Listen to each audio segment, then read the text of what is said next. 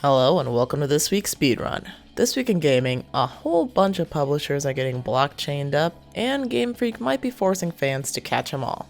Let's jump in. To kick off the updates, we'll go back to 2021, which ended with a quick update on Final Fantasy XVI. We got some bittersweet news from Final Fantasy XVI's producer, Naoki Yoshida, describing some of the hardships the development team has faced during the pandemic, delaying production by almost half a year. We do get a light at the end of the tunnel though, with Yoshida announcing an update planned for this spring to hype up its eventual release. Although I am saddened by the fact that the pandemic continues to hinder game developers, I am glad that this is being communicated to the fans. The game industry has definitely learned a lesson on communication during the pandemic, and the Final Fantasy XVI team is taking that lesson to heart. I can't deny that it would be nice for the game to make some kind of splash during Final Fantasy's 35th anniversary this year, but it's not like Square Enix needs the money. Final Fantasy XIV is still growing and continues to dominate the MMO category with multiple hour waits just to get in a lobby. Speaking of development companies celebrating anniversaries, Atlus might still have something up its sleeve this year with the renewal of Persona 5M and Persona 5B copyrights. I have no idea what these initials could stand for, but I don't think these projects will be anything as big as Strikers.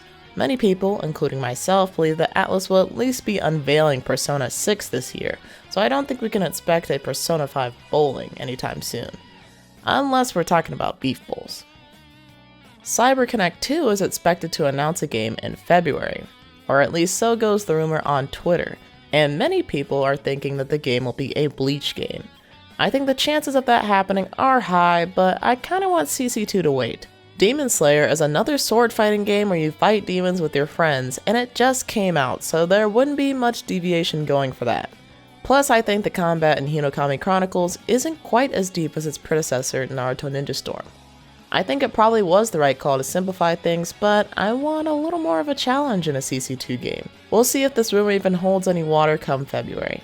Halo Infinite's Fracture Tenrai event is now live with the leaked materials being confirmed. I'm glad some changes were being made to the event because it was, and in some cases still is, a bit grindy. I'm especially happy for the free players because now they get a new armor set as well as some armor pieces. I have a lot of thoughts about Halo Infinite, but let's shelf them for now.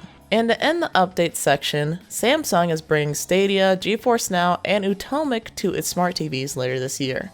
IGN reported on Samsung's announcement during CES 2022 for their new gaming hub with Stadia, GeForce, and Utomic as its launch partners. And now for everyone's favorite trending topic in gaming, NFTs. Square Enix president Yosuke Matsuda promotes NFTs in his New Year's address, and it has a lot of people upset, including me. What's confusing about this is that he even acknowledges that many people are opposed to NFT/blockchain technology in gaming, but he wants to go ahead and invest in them anyway. The quote that puts the nail in the coffin is, quote, "I realize some people who play to have fun and who currently form the majority of players have voiced their reservations towards these new trends, and understandably so. However, I believe there will be a certain number of people whose motivation is to play to contribute, which I mean to help make the game more exciting," end quote. He then quickly addresses UGC, user-generated content, saying that people make it for mainly self-expression purposes. So if we rewarded these people that make UGC, it would give them the motivation needed to do something groundbreaking. I am so confused by this statement on multiple levels. Like, why can't we just play games to have fun? And why do you believe that players that contribute with content aren't contributing to make the game fun? And why does he make it sound like it's the player's job to make something groundbreaking? His idea for giving a monetary reward to UGC makers isn't the worst thing in the world, but I wouldn't want to be paid in crypto. I think Matsuda needs to take a look at what Bethesda is doing with their modders and why that actually works. He also mentions the improvements being done to cloud gaming and an investment in entertainment AI in this letter, but his blockchain statements took the cake. Ubisoft is dipping its hands into NFTs with their own tokens called Digits. What I do like about this is that they're powered by something that is more energy efficient to our environment, but that's about the only thing I like. This token is only for Ubisoft players that have a certain number of hours into games on the Ubisoft Connect platform on PC. So these digits are used to swag out your characters, which kinda makes them just another armor piece for you to pay for. I don't see why anyone would join this program unless they are really into NFTs. Instead of paying a variable price for items, you can just stick with your item shops. I can't say I haven't thought about the idea of players selling their items to each other, but I don't think a whole blockchain system is needed for that. IGN reports that CD Projekt Red collaborated with Blani Watches to make a limited edition watch that uses blockchain technology. It's reported that the owners of the T2077 watch will have a, quote, digital certificate of authenticity using blockchain technology administered by the specialist firm Arni. This decision was to mitigate the risk of counterfeiting. Owners can transfer ownership by using the Arni app, end quote. This is an interesting use of blockchain that I'd kinda be open to, if it wasn't constantly hurting the environment, that is. I'm not sure why a paper certificate of authenticity wouldn't suffice, but maybe Blani is just really leaning into the whole dystopian future idea. Now let's get into some leaks with some gotta catch 'em all news. Prominent Pokemon leader Riddler Chu stated on Twitter that there's a new stat system, no abilities, no held items, and no breeding in Pokemon Arceus, which is a major blow for Pokemon fans looking for a more complex battle system, but the worst news of all, in my opinion, is that they also claim that players will need to complete the Hisu Pokédex before they can even catch Arceus. I know many Pokemon players say gotta catch 'em all, but we don't literally mean it. This is really disappointing for many people that just want to play through the story while casually catching Pokemon. Now it's possible players will be forced to catch every Pokemon before they even have the chance to catch the title Pokemon. The Video Game Chronicles reported on a BioShock 4 leak, and it seems that the BioShock series will be returning soon with a new developer's Cloud Chamber aiming for sometime this year. Leaker Moriarty reported that BioShock 4 will take place during the 1960s in a fictional Antarctic city called Borealis. Quite a few people who worked on the first 3 BioShocks will be working on this project, including design director Jonathan Pelling, creative director Hogarth de la Plante, and Scott Sinclair. The creative lead and creator of the BioShock series has unfortunately stepped away from the franchise to create a new IP.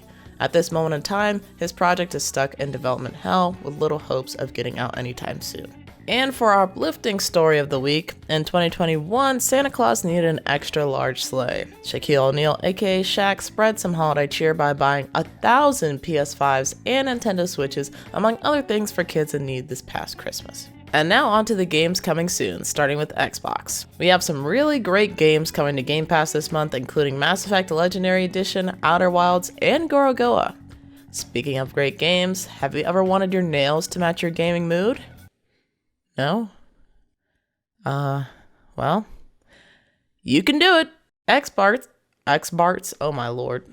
Xbox has partnered with nail polish brand OPI to launch a gaming-inspired palette. I don't know about you, but if I wore nail polish, I'd be sporting You Had Me at Halo. The full collection will be available at retail globally in the spring where OPI products are being sold.